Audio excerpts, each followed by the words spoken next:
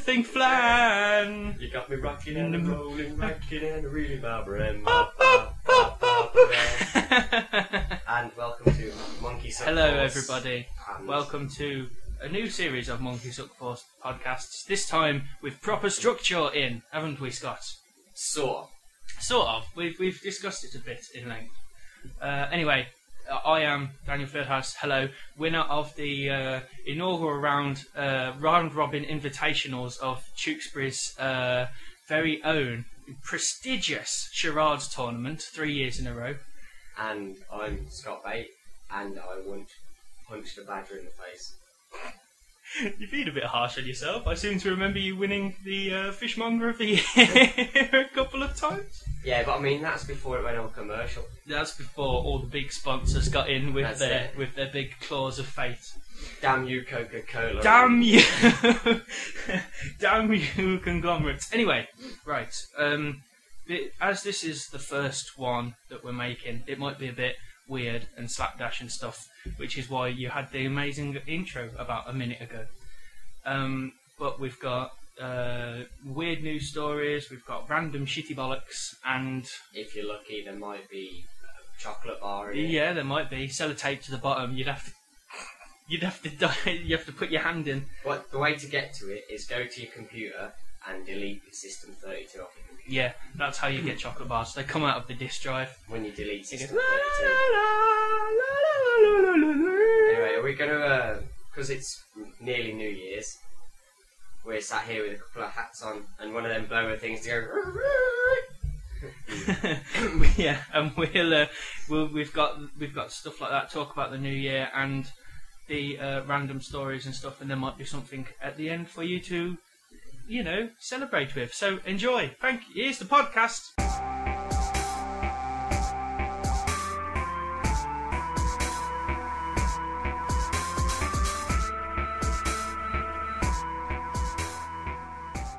First topic of this new celebratory podcast thing is that when we record this, it's the 30th of December. 2011. And basically, seeing as it's New Year's in a couple of days, we decided to have a look back on the year. In one day. All right. Have a look back at the year that has just gone past and see if there's anything funny that happened or something we can pick up on and talk about. Yeah, I can't particularly remember a lot that's happened. I think I was stoned for most. All I can remember this year is there was some kids that broke into Tesco's and stole some rice. Yes, there was. Yes, there was that. Yes, half of London was alight. Yeah. Kim Jong-il has died. Yes, and now his son, Chunky Kid, or whatever it is. What? I'm sorry, he's fat and he's Chinese. Yeah, he Chunky is. Kid. Okay, I'll let that slip. Back to London though. I want to talk about when London was alight. Essentially for like a day or something, well, it wasn't even a day, it was like an evening. People rioted and... Stuart, what are you doing tonight? Nothing. Want to go out rioting? Do you want to go and rob Ladbrokes? Yes, okay then. Let's do that. I like the way that we've just given them chavs a real posh accent, just ringing each other instead of going, yeah, right blood. Hey, just, I'm teaming this up. Let's go. Just go, alright Biffy, whappen. And then they're all just going, Tewkesbury Mastiff, big up in the house. Big up in the ring. The ring. Royal Wooden Bassage, pon the rice. Pon the rice. Yeah, essentially for those who don't... Oh, nice. For those who don't know, you were out on holiday or something in the summer. London was on fire for one evening when a load of people got mad and stuff at the police, I think that was why they were rioting. Yeah, they were saying the police weren't doing enough, and then they were moaning that when they did actually use enough force, they were being excessive. I reckon they should have just popped them all on the head. You're like whack-a-mole. Just with bang. They lined them up, tallest to smallest, so as the policemen's arms get tighter, they can hold them lower. Yeah. Or, you get rows of them, you get a row of about 20, and you get about 3 policemen holding 2 batons each. And like, surely the smaller ones give you higher notes, and the bigger ones give you lower notes.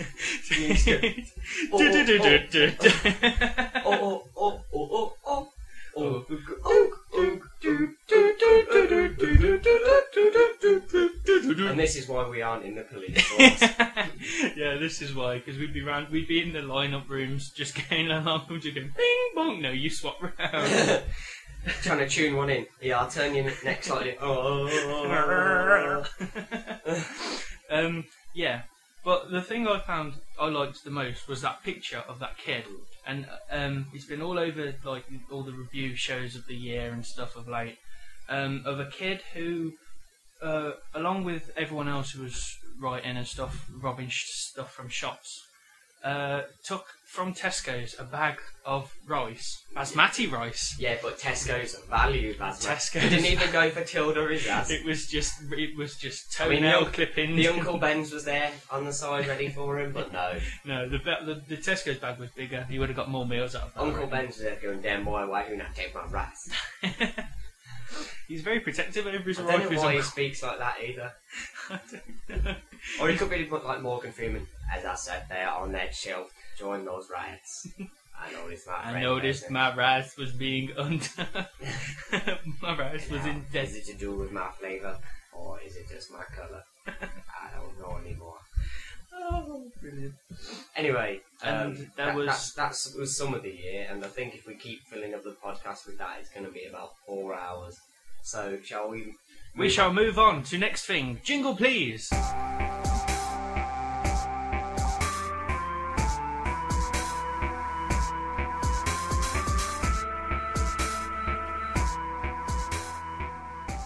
Now, still with some structure, we're going to move on to our news stories. Now, with our podcast, these could be funny, they could be serious, or they could just be something that's really interesting. It's stuff that's caught our eye Something over that's the week. caught our eye. Anyway, this is relatively recent. I mean, I've only heard about this on today.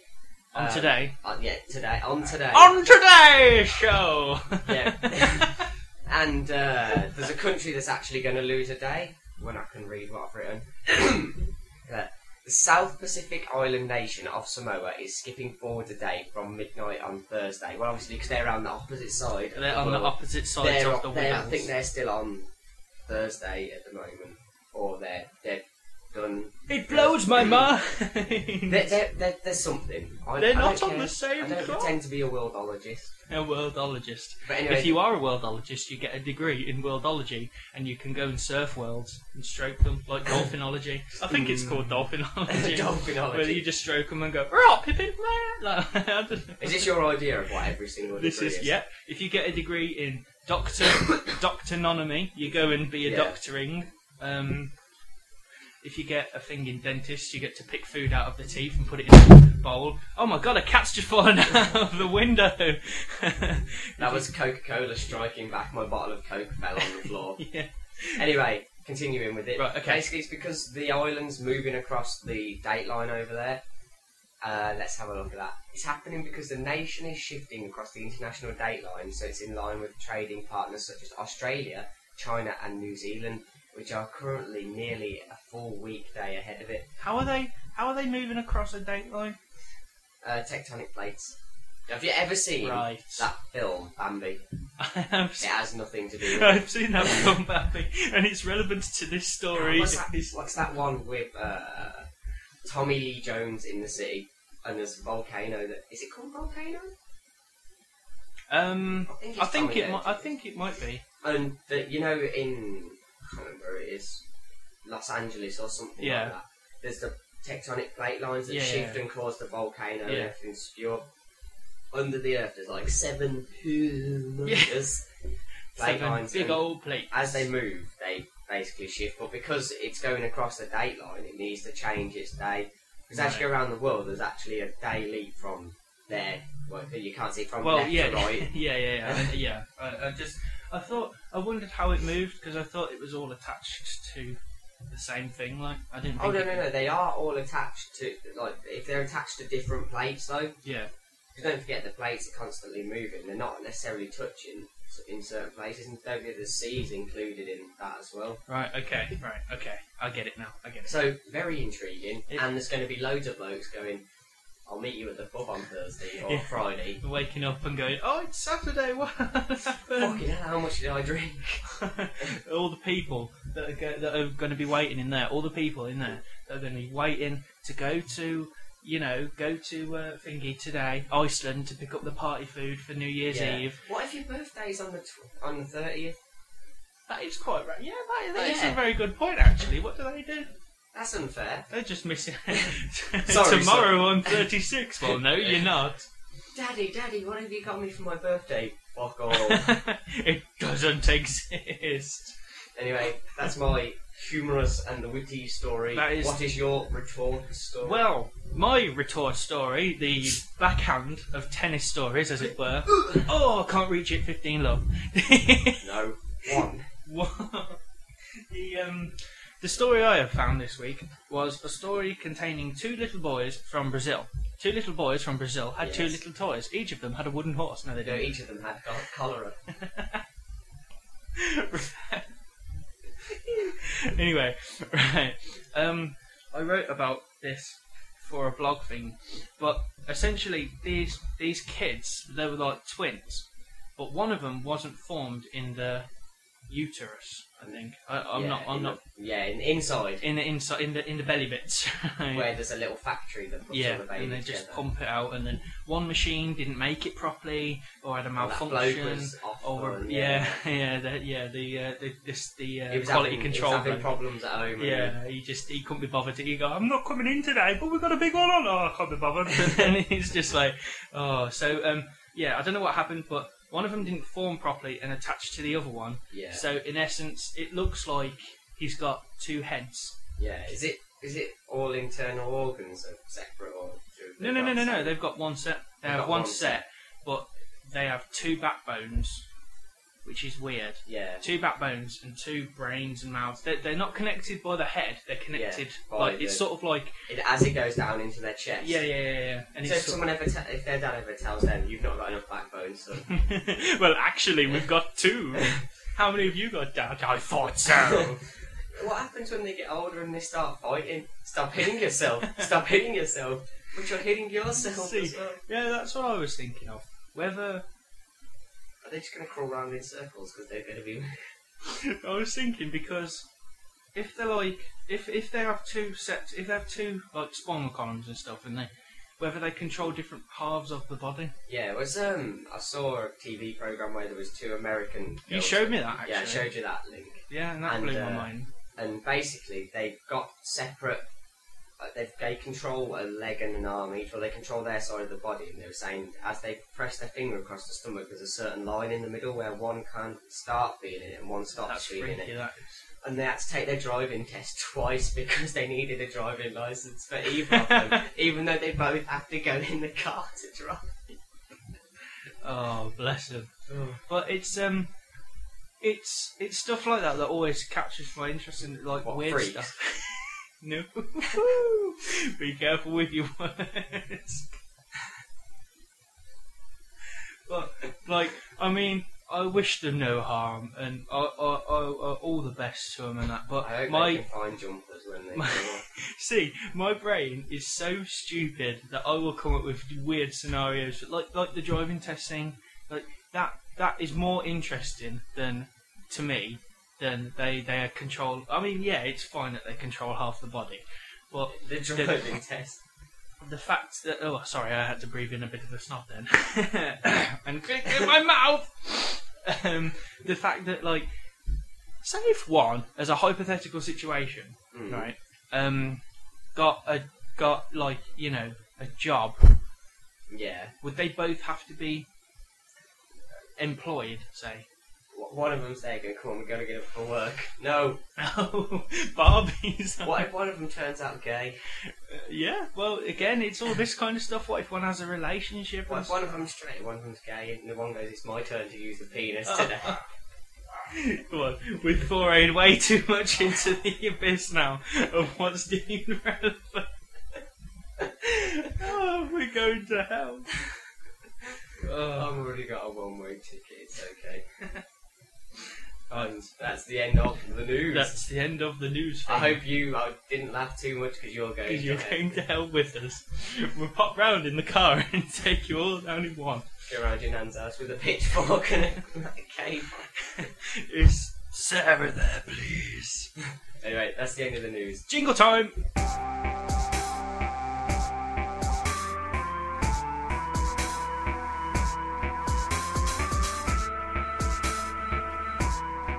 Do do do do dum. Bum bum. Right. Sorry. Right. This next part of this super epic podcast thing. He never said safety for farting then. Safety. He's wafting a fart at me, people. Waft it back! I'm sorry if there's noise. Yes, the next part of this super epical podcast thing is a random celebrity news story I make up. It's sort of like... It was an idea I robbed off Six Music when they were doing their random news story things with Matt Ford. But I liked it so much, I decided to have a go myself. And there were some old ones on podcasts I did ages ago about... it was a Tower of Bottle Tower Caps. of Bottle Caps was one. And I believe... What's his name? Out of Top Gun. Tom Cruise. He was a target for the other one, about being a social care worker for a fat man. That was one. But today's target is none other than Celebrito Knowledge Weekly, Craig Charles, off of the Red Dwarfs. It's cold outside, the new kind of atmosphere, all alone, some shit like that. Right, okay. Right, I've written a little story. It's not that long, but it makes me laugh, so we'll have to see how it goes. Continue. Okay. It was that part of the story is not written at the start. It's abbreviated. It was revealed this week that actor, horticulturalist, and winner of the Tewkesbury round of the International Charades Tournament, much like myself, Craig Charles, has been taking part in illegal Kit Kat eating competitions, known to have a sideline of black market gambling, with bets sometimes skyrocketing past the £27 mark. Is that the Kit Kat Club? Yeah, the What, the KKK?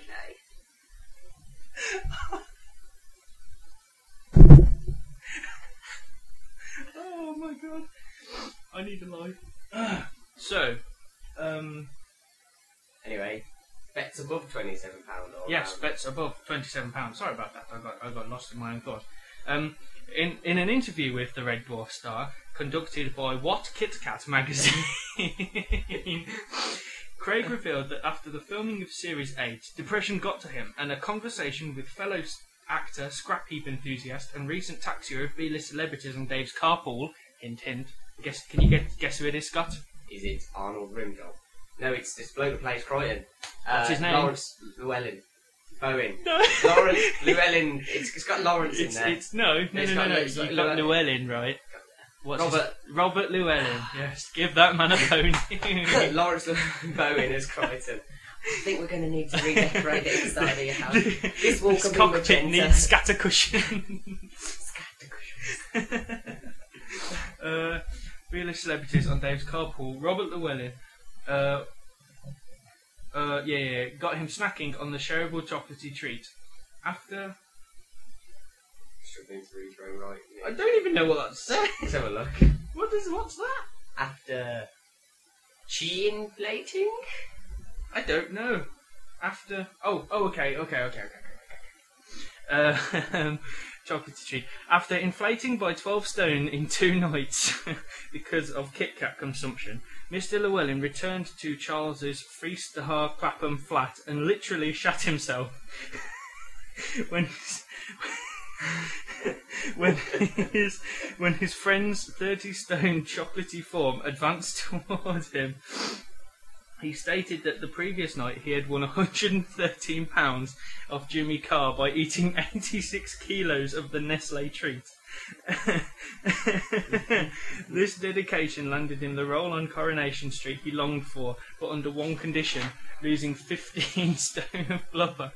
His actions to achieve this incredibly swift weight loss are looked back on as being stupid or creative, dependent on your stance of fast food franchises. He visited McDonald's and ordered 12 soiled Big Macs and scoffed them down as quick as a bean before promptly being sick all over himself for 9 days.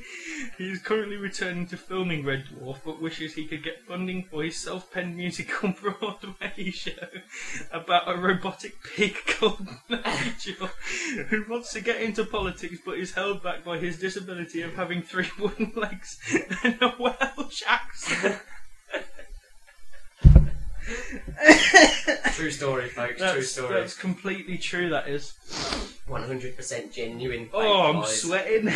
Oh, I think we should have said more about it. I don't think any more needs to be said about that. That's genius.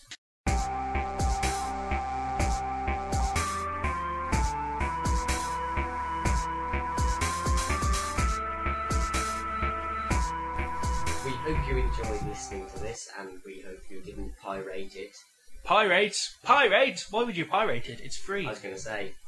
I'm putting it. I on. hope you do pirate it and pay us for it. If you're listening on YouTube, subscribe to the channel because there's lots more of these funny stories. Don't finish that, it's plagiarism.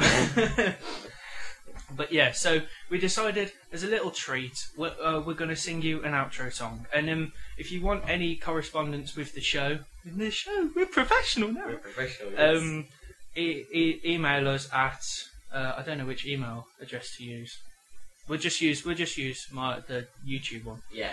Email us at mousyland@hotmail.co.uk for That's correspondence. mousy with an IE, not a Y. Yeah. MOUSIELAND@hotmail.co.uk.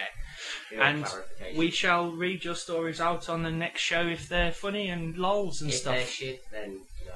Well, no. We might do it. We might reference them slightly and go, oh, that one was toilet paper. Yep, anyway. Okay. Here's to the outro song. In the end of time, there was a man, and the writing was written on stone.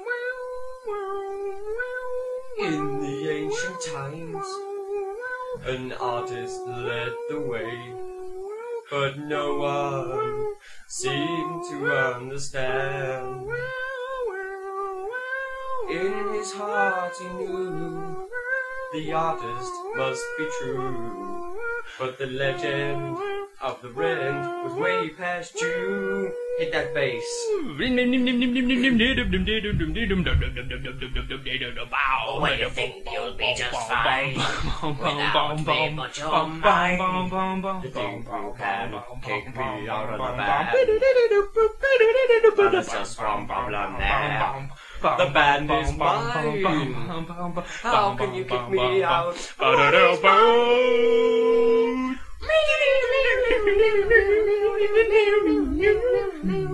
So no, you're not hardcore.